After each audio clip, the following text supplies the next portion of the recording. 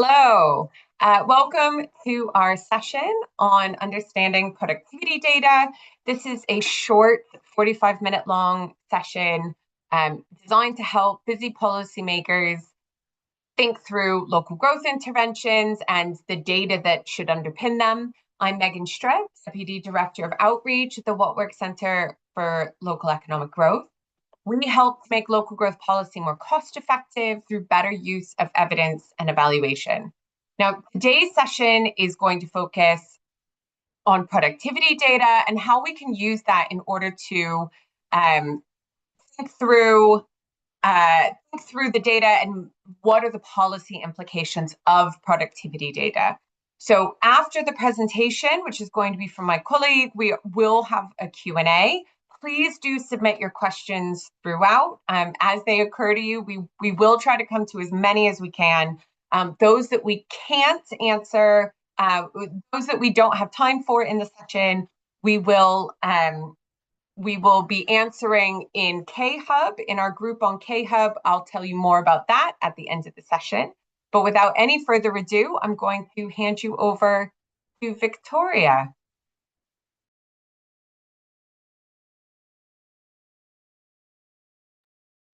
Thank you, Megan. And can you just confirm that you can see my slides? Yeah. Okay, fantastic. So just to echo what Megan said, welcome everyone to this session. So what we're going to do today is we're going to look at productivity data, and I'm going to show you some data. Sorry, Victoria. We're looking at the presenting view, which I don't know why. Okay. Okay. I'll just take it off that. Okay, is that better? Oh, no. Nope. Has it disappeared? Yes. Yes, okay. I thought I was doing so well that I'd managed to share it before I opened up my screen. Okay. I think people know by now that we are not necessarily super slick with our tech, but we're really good with our content. Yeah, okay.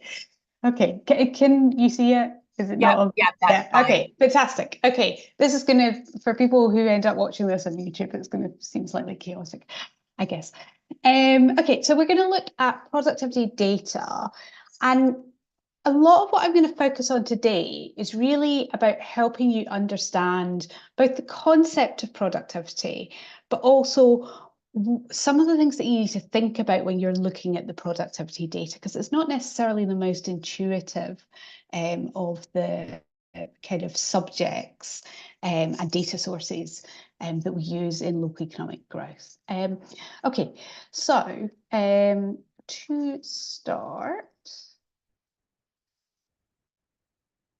so when I do this thing sometimes when we do in-person events where I say to people, like, I'm going to get someone to explain to me what productivity is. And I suppose that's a bit mean of me, because what happens is everyone begins to look slightly panicked at the thought of having to be the person who explains productivity. But productivity is actually a relatively simple concept. It's about how much output do you get for a given set of inputs. Okay, so clearly, if you have a set of inputs, the more output that you're getting for that set of inputs, the more productive you are. And I think it's interesting that we find this quite difficult to get our head around in terms of thinking about local economies, because there's actually a really nice, neat parallel where I think most people do understand this concept. And that's when we think about buying a car. Totally appreciate that this analogy is not going to work as everyone moves to electric vehicles, but for as long as we still have petrol and diesel cars at work. So one of the things that people look for when they're looking to buy a car is how many miles per gallon it does. So we can think about the miles as being the output, so the miles traveled, for the number of gallons of petrol that go in. So obviously, if you've got a car with a really efficient engine, you're getting a lot more miles per gallon than for one that perhaps is, a bit more of a gas guzzler and you're not getting so many miles. So essentially, when we're looking at the productivity of an economy, it's this exact same equation that we're looking at. So I've said here that this is productivity in an economy, a sector, or a business. So we're obviously going to focus on local economies today, but actually the principle is the same, regardless of what level you're looking at. You know, whether you're doing the UK economy as a whole, a specific area, a specific sector, or indeed a specific business. So in this case, our outputs are the goods and services that are being produced within an economy. So the value of all of the manufactured goods, all of the services, you know, whether that's something that's non-tradable, you know, so like a local restaurant or your hairdressers or the gym, or whether it's a service like advertising agencies or legal services or accounting services that are often selling their offer into a global market.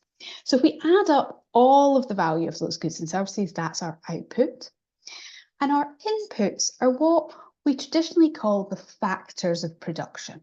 So all of the things that are used to produce those goods and services. So we tend to categorize them into three different categories. So we think about human capital. So that's labor and skills. So how many people are employed and what skills are they bringing to bear in those jobs? We also have tangible capital. So tangible capital is things like buildings and machinery. So tangible just means that we can touch it, we can feel it. You know, it's a real thing. You know, that we can see and touch. And then intangible capital. So intangible means that we can't necessarily, you know, see or touch it, but it's there. So in relation to the production of goods and services, that can be anything from software.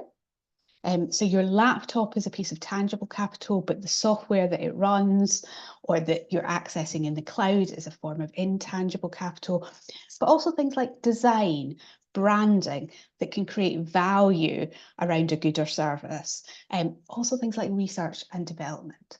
So there are inputs when we're thinking about the productivity of a local economy.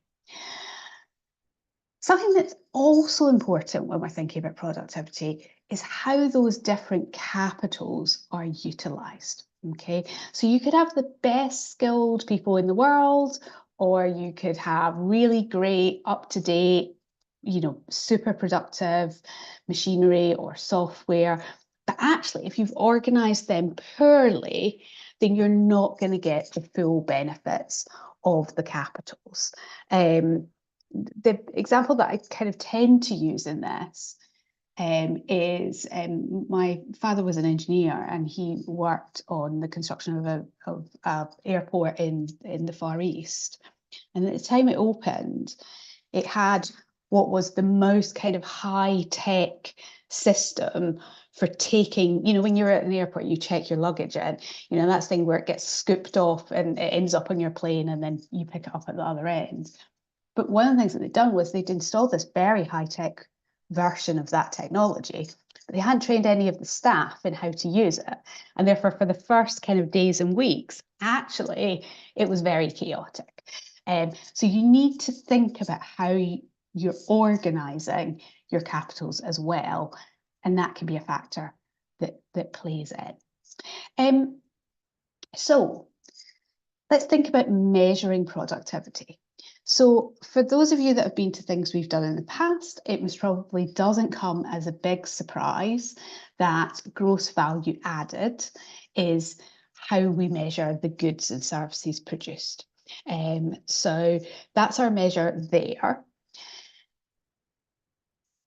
However, when we're looking at the inputs, we actually don't have great data on the capitals as a whole at the local level. So if we were looking at the UK economy, there is a thing that's called multi-factor productivity that's published for the UK's economy as a whole, which encompasses all three of these. There's also a measure called total factor productivity, which is kind of about the box on the right-hand side, you know, the stuff that isn't just the capitals, but, you know, the extra factor that you get from organising them. But at the local level, we don't have data on that. So what we do have is data on human capital. So we can measure this essentially in two ways. We can either measure the number of hours worked, or we can measure the number of jobs that are filled. So when we're looking at productivity data at the local level, we're always looking at labour productivity because we're dividing the value of the goods and services produced, measured through GVA, divided by either the number of hours worked or the number of filled jobs. Just before I go on, the reason it's filled jobs as an alternative to jobs is because obviously you're only getting goods and services produced if the job is filled. If it's currently vacant, then you're not getting that. Okay, so in terms of productivity data, the ONS publishes what it calls regional and sub-regional labour productivity. It publishes it once a year.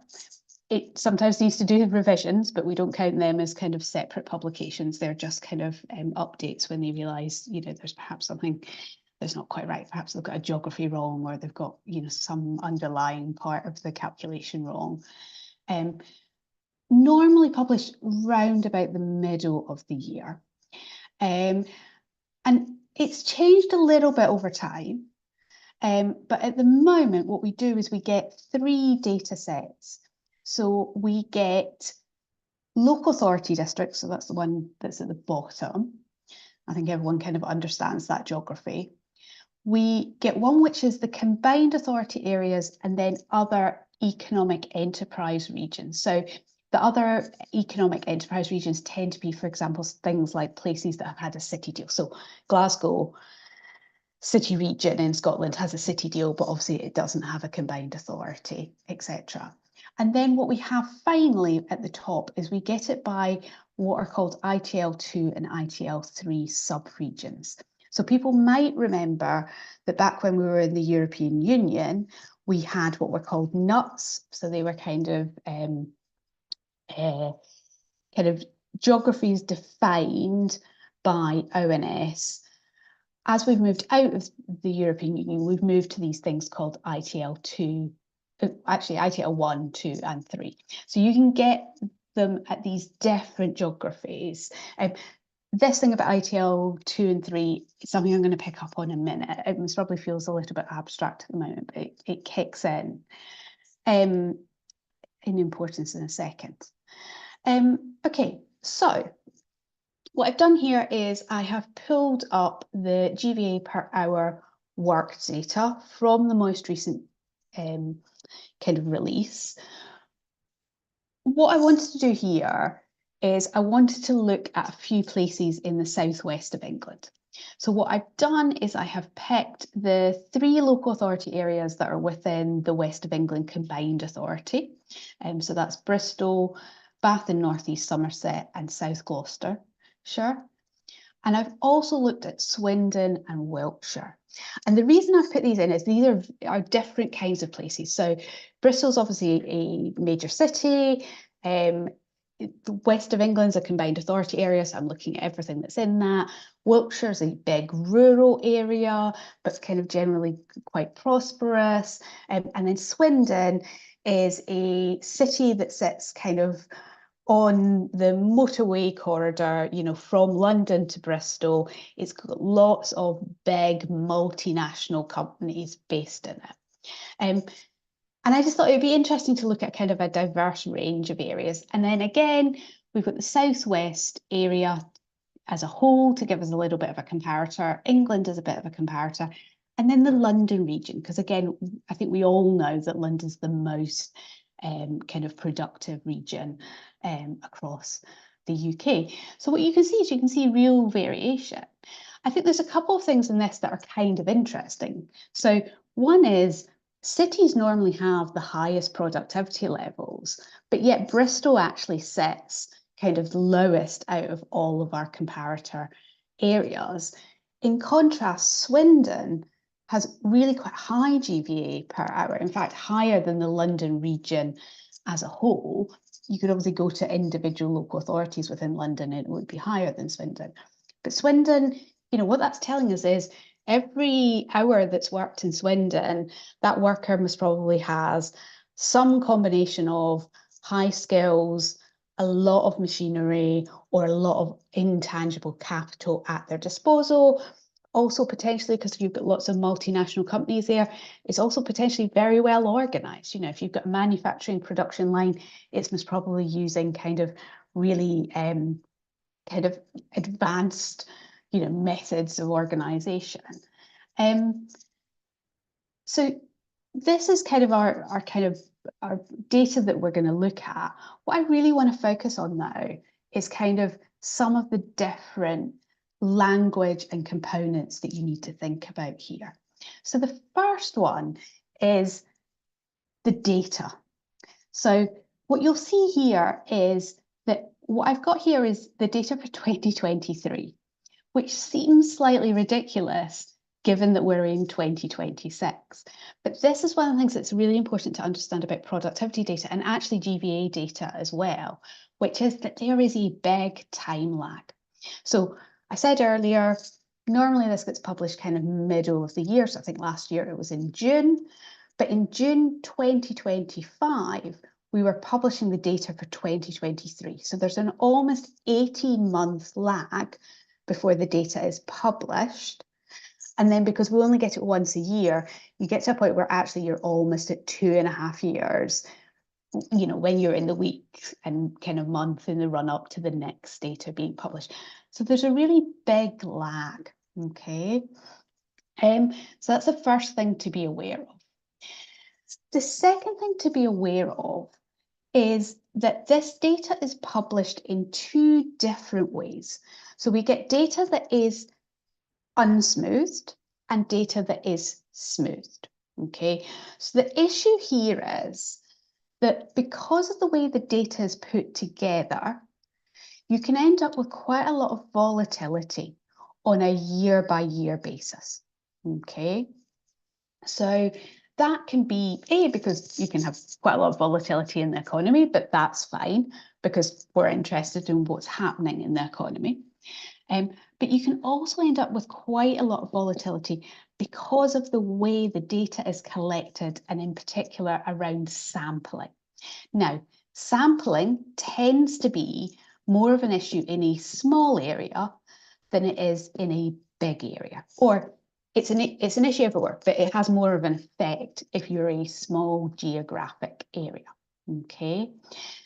So generally, ONS's advice is that you should be using the smooth data, because the whole point of doing the smooth data is that it means the volatility is not so pronounced. But the way they do the smoothing is the average data over a 5-year period. I'm saying average, it's slightly more complicated than that, but conceptually, if you think about it as averaging over a 5-year period.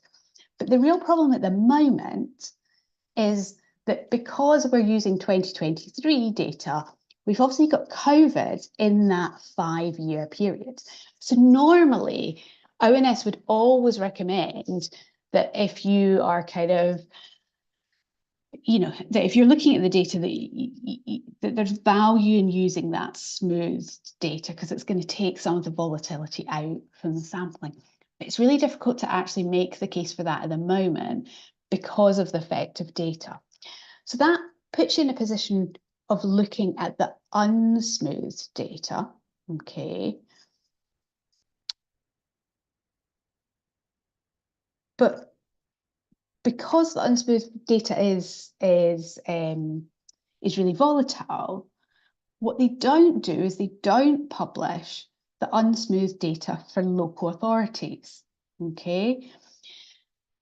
But there is a get around for this, okay? Because I appreciate that most of you that are on the comms probably work either directly or indirectly for local authorities or combined authorities where you're potentially going to want to look at the behaviour of your different local authorities.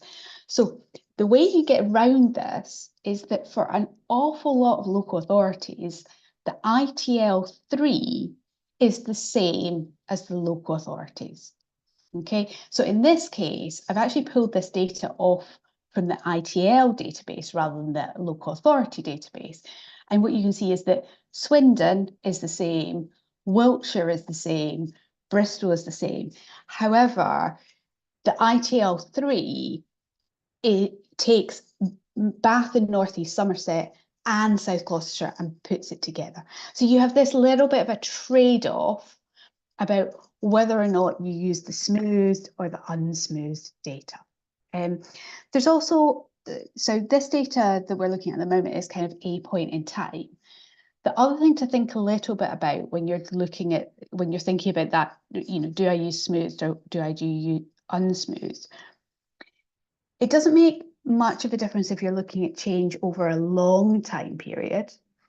But if you're looking at change over, you know, say you want to look at change over the last year, over the last 2 years, or the last 3 years, it doesn't make much sense to use the smooth stuff because it's already, you know, because it's been averaged, you're looking at change over something that isn't the kind of raw data.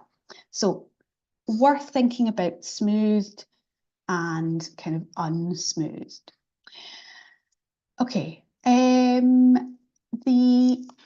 next thing that we need to have a think about, sorry, I've gone one too far. The next thing is, sorry.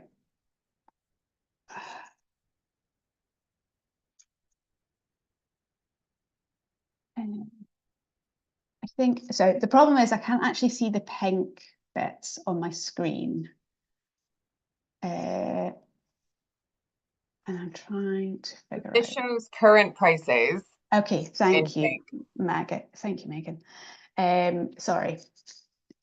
So this shows current prices. And what that means is, so this is 2023 data. So it is showing the data in 2023 prices. Okay. But if we go back and let's say we looked at the data in 2019, it would be showing it in 2019 prices. Okay, so what that means is inflation is not being stripped out. Okay, so this isn't really an issue when you're just looking at a single point in time, especially if you're looking at the most recent data. Okay, but it does become an issue when you're looking at change over time. So in this case, we've got the same geographies and we are looking at how they have changed between 2013 and 2023. So we can see that for that ITL3 geography that includes Bath and North East Somerset and South Gloucestershire, it's grown by about 28%, whereas actually it's only grown by less than 1% in London and only just over 1% in Bristol.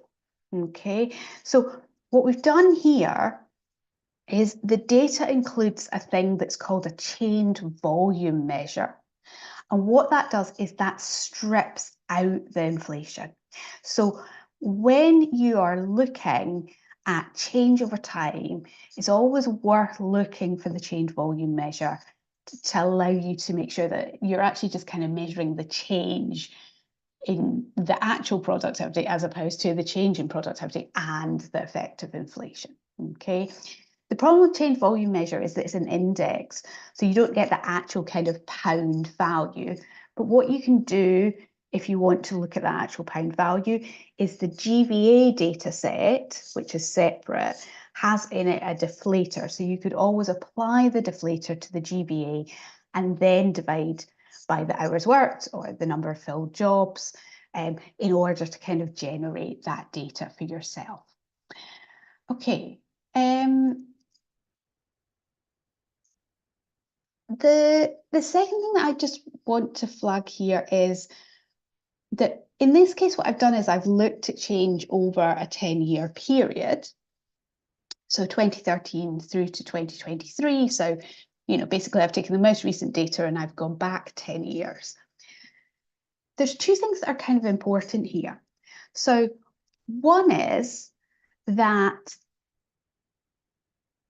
you're going to be very dependent, if you're using the unsmoothed data, on performance in the first year and the last year. So you know how I said there's lots of kind of volatility. If it happens to be that your volatility means that you were slightly underreporting in your first year and you were slightly over-reporting in your last year, you're going to have a much bigger change than if the opposite was true. So you know, sometimes when you're looking at change over time, it's worth kind of playing about with it a bit and seeing if you change the beginning year or the end year by, you know, 1 year, does that shift kind of the overarching story?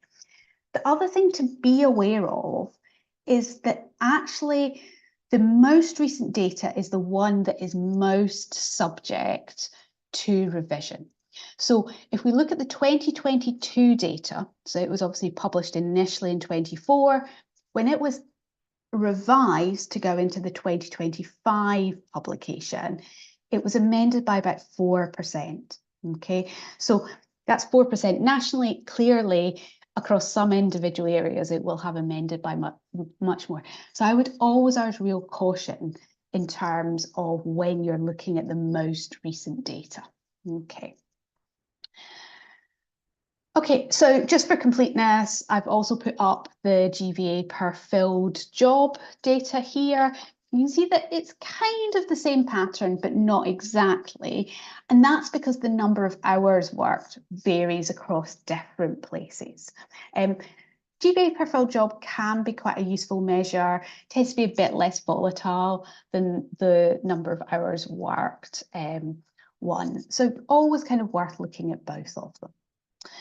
Okay, something else that I just want to touch on is we're really dependent on ONS and the quality of the underpinning data that they are providing us with. Okay, so ONS do a brilliant job, you know, under quite hard, you know, with limited resources, you know, with lots of kind of constraints on them. But there can be issues with data, okay? And something that I really encourage you to do is when you look at a piece of data for your area, whether it's productivity or something else, think about, given what you know about the area, does this stack up? And in particular, if there has been a big shift, perhaps in the last year or the last couple of years, to really think about why that might be.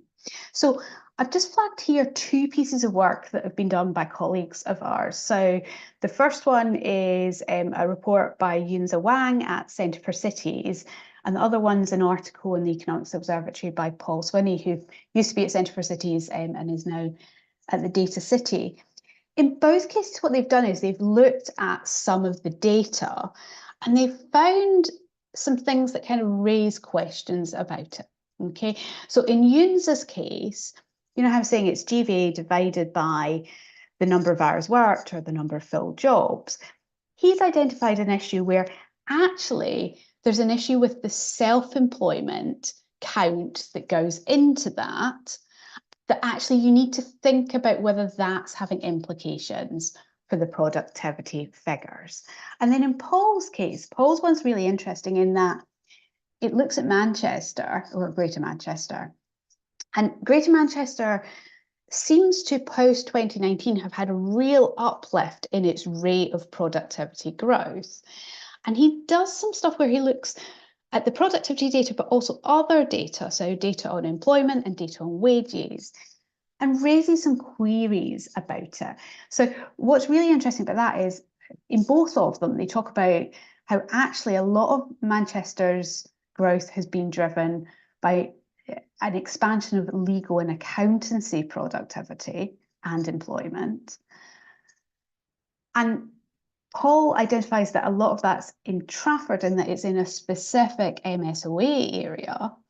And that when he posted this article, someone who knows that area came forward and said, I actually think this is about the change in the IR35 legislation that was, I don't know whether people remember, is the thing where people were kind of off the books workers. So perhaps you were a bookkeeper and you were self-employed, but HMRC said, actually, you're not, you're really employed.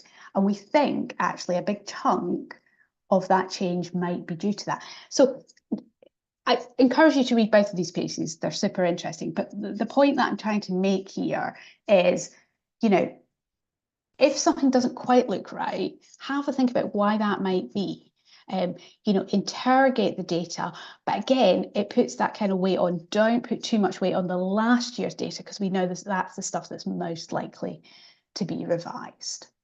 Okay, so got a couple of slides just to finish up. So the first one to say is, you know, even if you've got your data on current performance and change over time, productivity data is rarely enough in order to make good policy decisions. So what we need to do is we often need to go and look at broader data. So look at data on the things that are going to drive productivity performance. If your productivity performance isn't great compared to where you would expect it to be, you know, you need to begin to start digging into, okay, well, is it our skills performance, or is it about capital? You know, so is it about how much you know, machinery our businesses have at their disposal, or is it about innovation, or is it about the level of competition, etc. I'd flag that we have in our Understanding Core Concepts series, we have kind of blogs on each of these, but also that we're developing kind of data guides for each. So skills is already published, and the one that we're working on next is capital, and then we'll work on one on innovation kind of after that. So encourage you to use them to help you understand your data better. Something that I think people always want to kind of understand is productivity at the sectoral level. And, you know, your sectoral composition is going to be a big driver of your productivity performance. You know, so we can see here that the productivity of different sectors at the UK level varies from kind of 29,000. So that's, you know, for each person who's employed, they're producing goods worth £29,000 a year, up to mining and quarrying, where it's kind of over 500,000. Okay, but even if we exclude the couple at the top that are real outliers, you've still got a kind of 7-to-1 ratio between the top one and the bottom one. The thing is, though, we don't have productivity data by sector at the local level, or at least we don't yet. I'm kind of hopeful that ONS is going to develop some, at least for some of the bigger geographies, so the combined authorities, in the kind of near future. But what you can do is you can do a little bit of a proxy. So what you can do is you can take GVA data, which is published elsewhere, and you could divide it by the numbers in employment taken from something like BRES. Okay. The thing I would say here is BRES isn't the same measure of employment as ONS is using in the data that it's putting out for productivity across the piece. Okay, so what you can't do is you can't compare the data that you get with this to what's in that kind of national data set.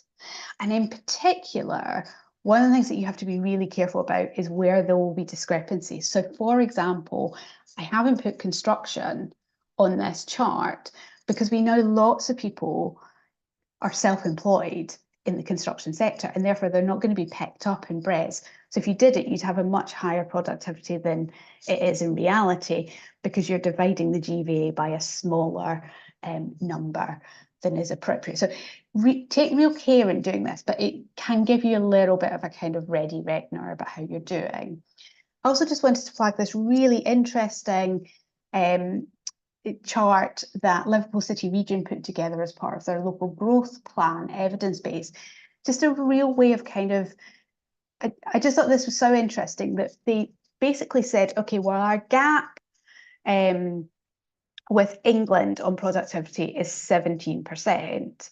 But then they said, okay, well, what if we had the same sectoral structure as England, but with our productivity levels, and vice versa? So if we had England's productivity levels, but our sectoral structures, and that gives you a real sense of kind of like, there are different policy trade-offs to be made here.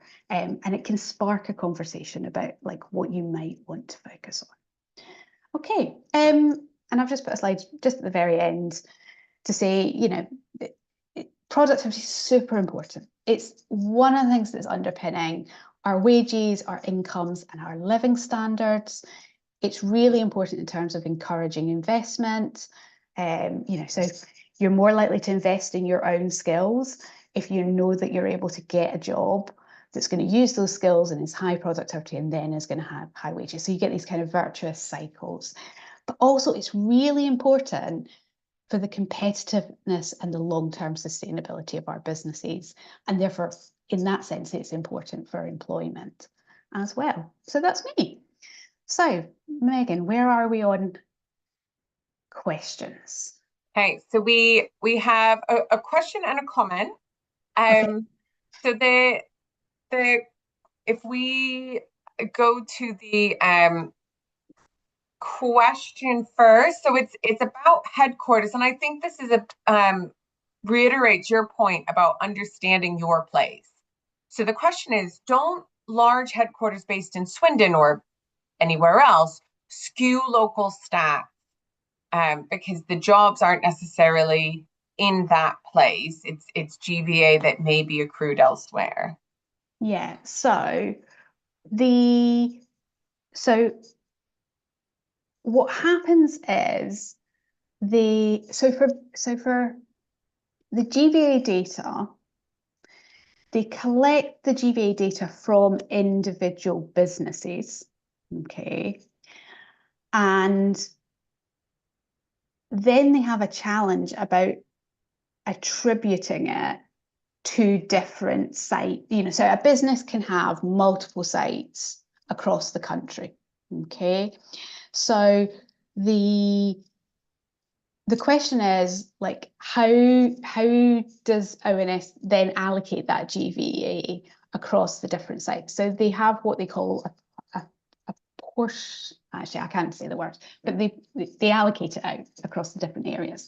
But yeah, Rory's right in that what they're not so good at doing is being able to say, this is the highest productivity site in the business, you know, so this is a headquarters function or this is a research and development function, okay, versus this is something that's further down the supply chain, okay? So a good example is that people who've been on things will be sick of me saying this, but I used to work in the Northeast. So one of our cities in the Northeast is Sunderland. And Sunderland, I think, is most famous for having, or at least in an economic sense, for having a Nissan factory. But it actually also has, for one of the major banks, one of the kind of back office, you know, call center type functions in financial services, so a bank. And what that means is that Sunderland's productivity often looks really high, but actually because it's both manufacturing and, you know, kind of call center functions for those two businesses, actually it's not necessarily the area isn't benefiting that. It's not feeding through into the wages and the labour. But yeah, no, Rory's right. So it has some headquarter functions, but it also has, you know, so not so much in the 2023 data, but if you look in earlier data, it had, you know, a big Honda factory, etc. So always got to really think about what businesses you've got, what your sectoral mix is. So we had one comment that smooth by local authority may well be available now. So if we will try to hunt down that link. No, sorry. There's a possibility that I said that the wrong way round. Okay. At the local authority level, you can get smoothed, but you can't get unsmoothed. You can get smooth and unsmoothed for the other geographies, but maybe I said it the wrong way round, Paula. Okay. Apologies if I did. Okay. That is a good clarification to make. So does ONS pick up on self-employed or sole traders? I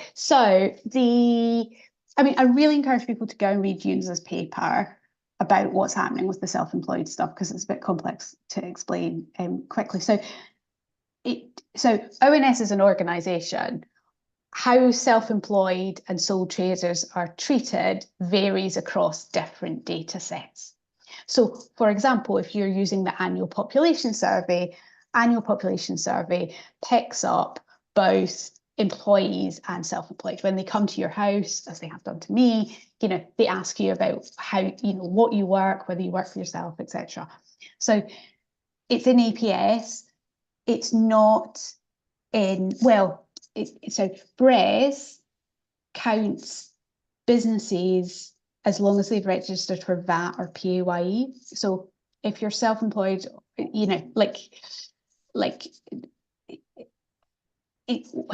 self-employed sole traders, you could be a sole trader who has registered, or you could be one that hasn't, so it depends on the data set, and it depends exactly on how you're kind of doing your definition. Okay. Right. We probably have one more. Do you want? I can see both of them. Do you want me to try and do them both super quickly? There is no way you can do both in 2 minutes. What I am going to say is, for both, we will make sure that we have a good, complete answer on KHEB. But if we go with the one that came in first, which was about benchmarking productivity to England sectors. Yeah, so what you need to do, and I should say we've got a whole guide on looking at GVA and productivity and income data that will come out kind of probably before Easter, hopefully sometime next month. And it will talk you how to do this. But basically, there is a data set, which is GVA.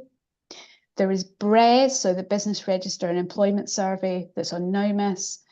Basically, what you have to do is you have to divide the GVA by the number for employment in BRES, but you have to be a bit careful about which sectors you do. Yeah. Okay. Right. That is probably all the time we're going to have for today's questions. So some links to things have just magically appeared in the chat, thanks to our colleague. So just to reiterate those. So the guide that Victoria's mentions, she's already said there's one on skills and data analysis already available. Do keep an eye through our mailing list for the one that's going to be coming up to go along with the productivity and income, this webinar, as well as the next one that we're going to be having, which is on the 9th of March. So if you haven't signed up for that, do check out our website to join that session on income data. Again, there's a link in the chat. If you're not already signed up for a newsletter, that is at the bottom of all of our website, all of our web pages. That's the best way to hear about future events and future publications. This recording is available on our YouTube page. A helpful link has been provided. So if you want to watch again, or if you want to share this with colleagues, so plenty to look forward to delve into the data a little bit more. Hopefully we'll see you at our session on income in a few weeks' time. Otherwise, thank you so much for coming, and we hope to see you at another event in the future. Thanks very much. Thanks, everyone. Have a nice day.